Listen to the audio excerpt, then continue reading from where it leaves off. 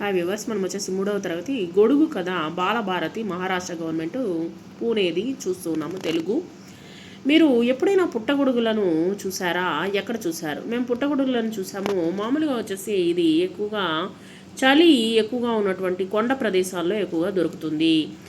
అవి ఏ కాలంలో మొలుస్తాయి? పుట్టగొడుగులు వచ్చేసి వసంతకాలంలో మొలుస్తాయి. వసంతకాలము శరదృతువుల్లో మొలుస్తాయి అన్నమాట.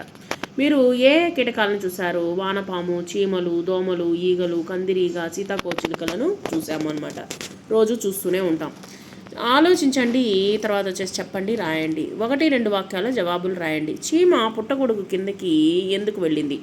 వాన జోరుగా పడడం వల్ల చీమ పుట్టగొడుగు కిందకి వెళ్ళింది.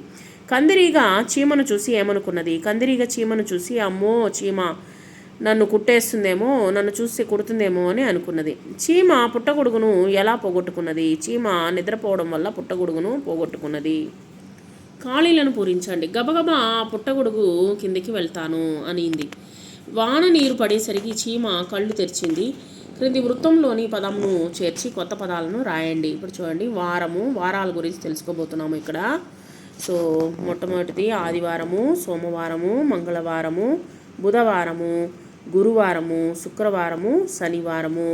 సో ఈ విధంగా వచ్చేసి వారాలు మొత్తము 7, వారానికి 7 రోజులు ఉందన్నమాట.